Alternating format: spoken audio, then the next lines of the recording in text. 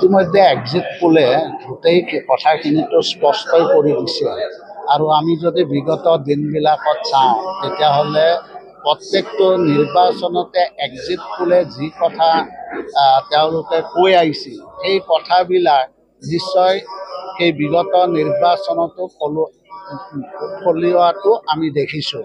গতিকে এইবাৰো এক্সিট পোলে যিটো আজি অংক দেখুৱাইছে আমাৰ NDAৰ যিটো অংক দেখুৱাইছে মই ভাবোঁ যে এইমতেই এইবাৰ নিৰ্বাচনত আমাৰ NDA নিশ্চয় প্ৰায় 360ৰ পৰা 370 যিটো দেখুৱাইছে সেইমতেতো নিশ্চিতভাৱে পাব।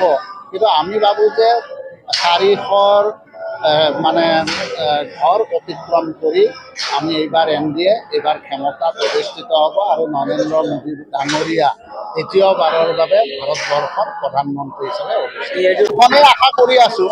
কিন্তু এখন আসন আমি জিকাটো মানে 1000% নিশ্চিত। এতিয়া ধুবুৰীটোত কণ্টেষ্ট হ'ব, তিনিকোণীয়া কণ্টেষ্ট হ'ব। গতিকে আজিৰ দিনটোত আমি ক'ব নোৱাৰোঁ, কিন্তু এটা আশা ৰাখিছোঁ যে তিনিকোণীয়া কণ্টেষ্টৰ ভিতৰত হয়তো আমাৰ কেণ্ডিডেটজন জিকি যোৱাটো কিন্তু আচৰিত হ'বলগীয়া একো নহ'ব। মানে প্ৰতিভূষণ চৌধুৰী ডাঙৰীয়া আপোনাৰ সেইটো আমি নিশ্চিত কৰিছোঁ। ধুবুৰীটো এটা সন্দেহজনক অৱস্থাত আছে, তথাপিও আমি 50-50 হ'ব। কংগ্ৰেছ আৰু আমাৰ মাজত আৰু AIDF যিহেতু আছে, তিনিকোণীয়া যিহেতু হ'ব, গতিকে তিনিকোণীয়াত আমি ভাবিছোঁ যে সমানে যাব। এতিয়া সমানে যোৱাৰ পিছত এতিয়া কোন জিকে সেইটো আমি ক'ব নোৱাৰিম আজিৰ দিনটোত, কালি খবৰ পাম।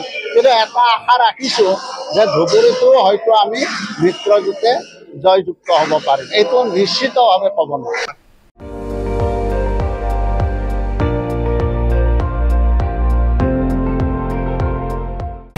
আপুনি চাই আছে ND24, সৰ্বশ্ৰেষ্ঠ নহয় সৰ্বোত্তমৰ দৌৰ।